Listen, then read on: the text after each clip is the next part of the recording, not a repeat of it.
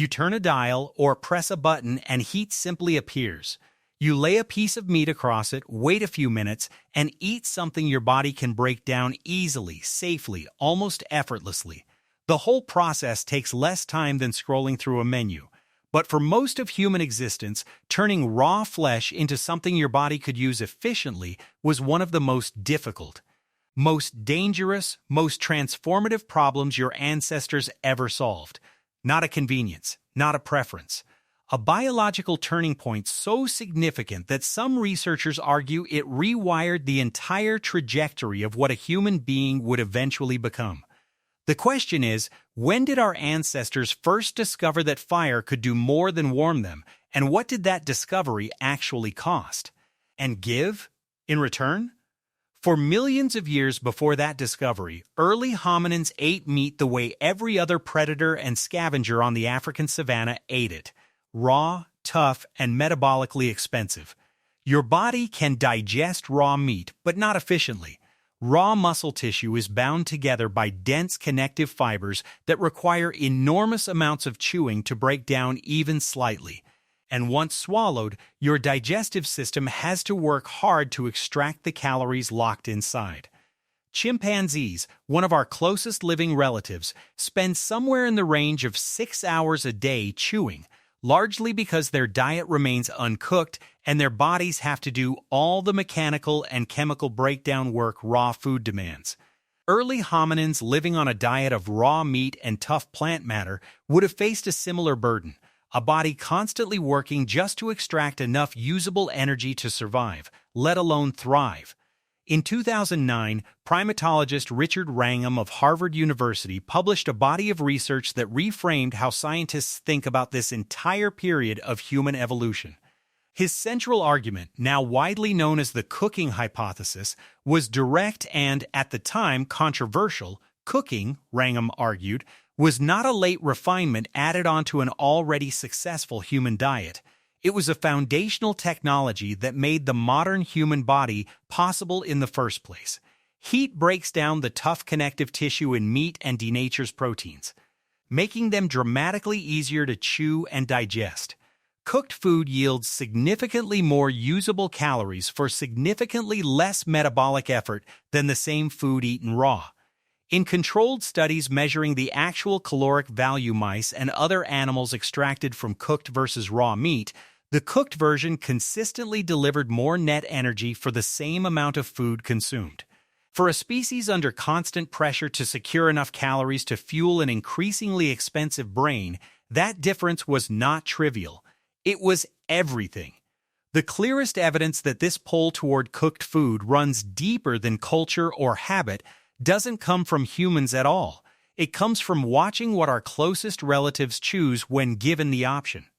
In 2008, researchers led by Victoria Waber, working alongside Wrangham's research group, ran a series of experiments offering captive chimpanzees and bonobos a direct choice between identical foods, some raw and some cooked. Across repeated trials, the apes consistently and overwhelmingly preferred the cooked version, even though they had never been taught that cooked food was better and had no cultural transmission of any cooking tradition whatsoever. Their bodies, quite simply, recognized the superior food when it was placed in front of them. This suggests the preference for cooked food isn't something humans invented and then acquired a taste for.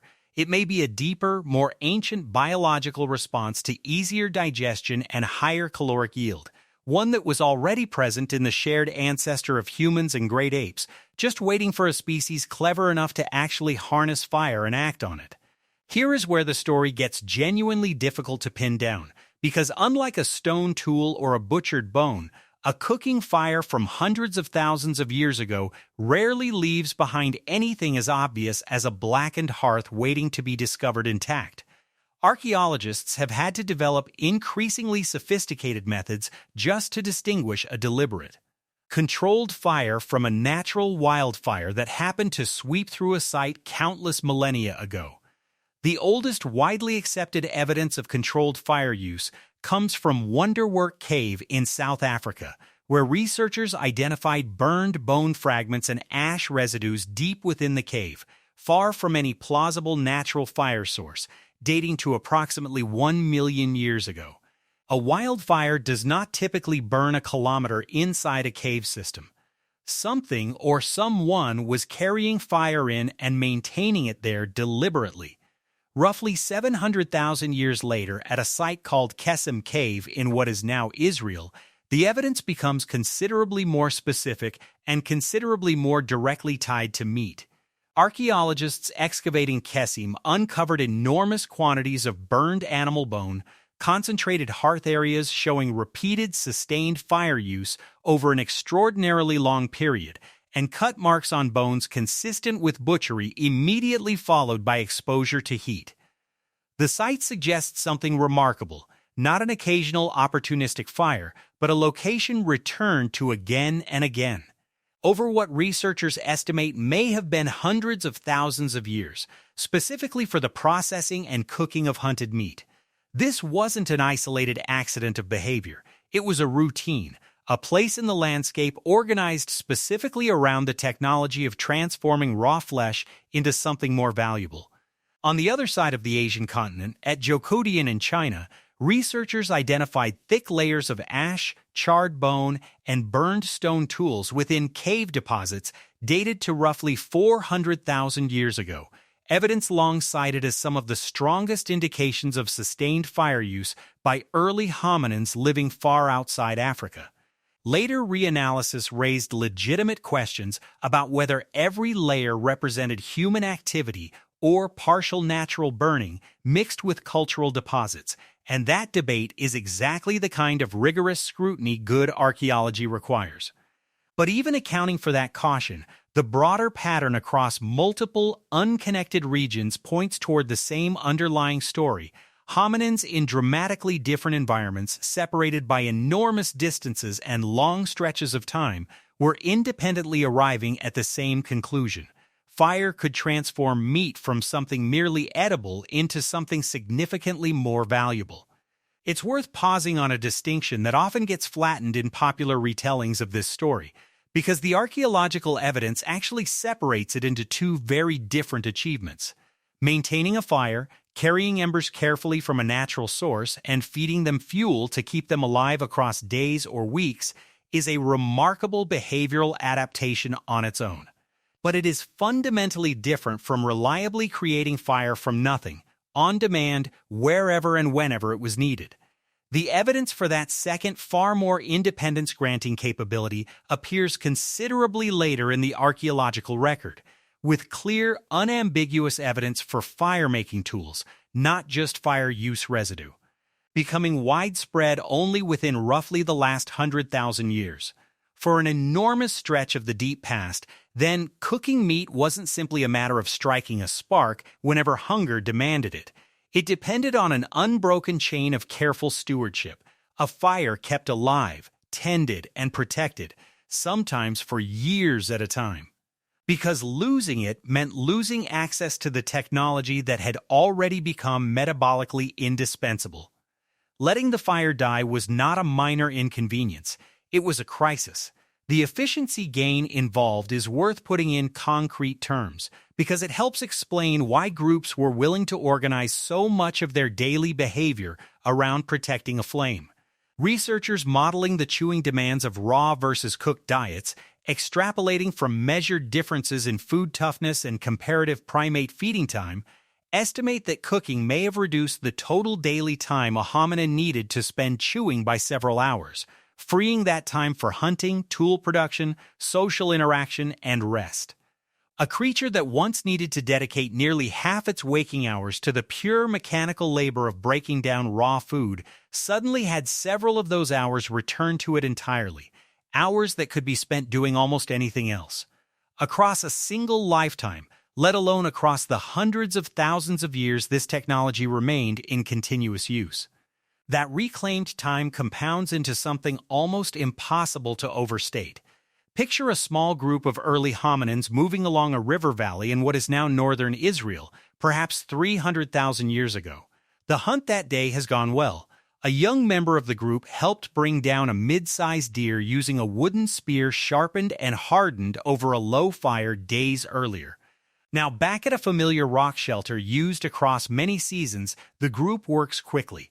Stone tools strip meat from bone in efficient, practiced motions repeated so many times across so many years that the cut marks left behind on bones at this exact kind of site remain legible to researchers hundreds of thousands of years later. A fire, carefully maintained from embers carried and nurtured rather than freshly struck, glows at the center of the shelter. Strips of meat are laid directly across heated stones near the flame.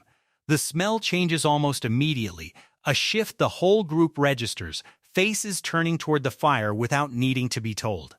When the meat is finally eaten, less chewing is required, less time is spent laboring over each mouthful, and more of the group's limited daylight hours remain free for the other business of survival, tool-making, childcare, rest.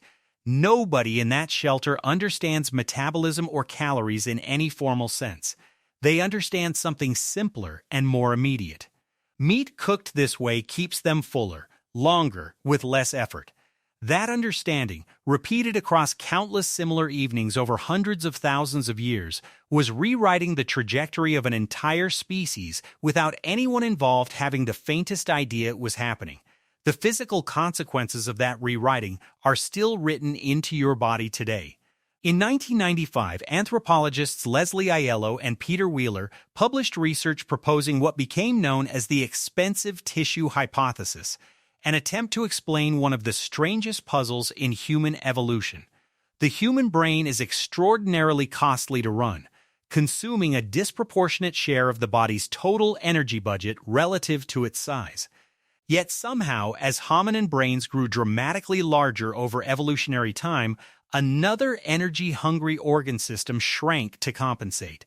The human digestive tract, compared to other primates of similar body size, is notably smaller and less metabolically demanding. Aiello and Wheeler's argument was that this trade-off wasn't a coincidence. A smaller gut is a serious liability if your diet consists of raw, hard-to-digest food requiring extensive internal processing. But a smaller gut becomes entirely viable, even advantageous, once cooking is doing a significant portion of that digestive work externally before the food ever reaches your mouth. Cooking, in this framework, didn't just provide more calories. It freed up an entire organ system's worth of metabolic budget, and that freed energy appears to have been redirected, at least in part, toward building and running the increasingly large, increasingly expensive brain that would eventually make every other human achievement possible. This shift left a mark that survives directly in the fossil record, visible in bone rather than inferred from behavior alone. Comparative anatomists studying the skulls of early Homo species alongside earlier, more ape-like hominins have documented a consistent pattern of reduction across several traits tied directly to processing tough, raw food. Molar and premolar size decreases measurably. The muscles used for heavy chewing, anchored to bony ridges and attachment points on the skull, become progressively less pronounced, and the skull itself shows a corresponding reduction in the robust structural reinforcement earlier hominins needed to withstand the mechanical stress of grinding raw, fibrous food for hours every day. A skull that no longer needs to serve as scaffolding for industrial-scale chewing is a skull with more architectural freedom to do something else with that space, and the timing of these anatomical shifts lines up strikingly well with the broader emergence of the genus Homo and its steadily expanding brain case. Bone, unlike behavior, fossilizes reliably, and it tells an unusually consistent story across sites separated by enormous distances. Something was making raw, tough food less central to daily survival, and whatever that something was, it left its signature on the architecture of the skull itself. Modern hunter-gatherer populations offer a living window into just how central this technology remained across the following hundreds of thousands of years. Anthropologist Brian Wood, who has conducted extensive fieldwork studying the foraging behavior of the Hadza in Tanzania, has documented that virtually all meat consumed by the Hadza today is cooked before eating. roasted directly over open fire or embers in a manner that would likely be recognizable, in its broad strokes, to a hominin at Qesem Cave 300,000 years earlier. Raw meat consumption among the Hadza is rare enough to be treated as unusual, generally limited to specific circumstances rather than standard practice. Across a population still living by hunting largely without modern tools or stoves, the underlying behavior first documented in the deep archaeological record has persisted essentially unbroken. The technology did not stop at simply cooking meat immediately after a kill. Preservation through controlled exposure to smoke and heat, effectively an extension of the same fire-based transformation, allowed meat to be kept edible for dramatically longer periods than raw flesh ever could, a critical advance for groups facing seasonal scarcity or needing to carry food across long migrations. This same technology likely played a quiet but significant role in one of the greatest expansions in human history, the movement of hominin populations into colder regions of Europe and Asia. Environments where reliable access to fire for both warmth and food preparation was not a convenience but an absolute precondition for survival through harsh winters where fresh food was scarce for months at a time. There is a strange, almost involuntary experiment happening in the modern world that quietly confirms just how deeply this ancient shift reshaped the human body. Small studies examining people who deliberately adopt a strictly raw food diet in the modern era, attempting to eat the way our most distant ancestors supposedly did before fire, have found a consistent and telling pattern. Even with access to an enormous, calorie-dense, endlessly available modern food supply, individuals on long-term raw diets frequently show reduced body mass, lower energy availability, and in a meaningful number of documented cases among women, disrupted menstrual function consistent with the body registering a genuine energy deficit. This isn't a failure of willpower or food selection. It's a direct, measurable demonstration that the modern human body, digestive tract included, is no longer built to extract sufficient energy from a purely raw diet the way a chimpanzee's body still can. Somewhere across those hundreds of thousands of years spent gathered around fires in South Africa, in the Levant, in East Asia, the human body made an irreversible bet on cooked food being reliably available, and it restructured itself accordingly. Sit with that for a moment. Every time you cook a meal without a second thought, flipping a switch or lighting a burner in seconds, you are performing the tail end of a technological revolution that took your ancestors an almost incomprehensible span of time to develop, refine, and depend upon completely. They carried embers across landscapes because losing a fire could mean losing access to their most efficient source of usable calories. They returned to the same rock shelters generation after generation, not by accident, but because those locations had become essential infrastructure, the ancient equivalent of a kitchen a family never stopped rebuilding. They handed down the knowledge of how to nurture a flame, how to keep it fed, how to use it to turn tough, hard-to-digest flesh into something that could fuel a rapidly growing brain, because a group that lost that knowledge for even a single generation would have paid for it in ways their bodies could not easily forgive.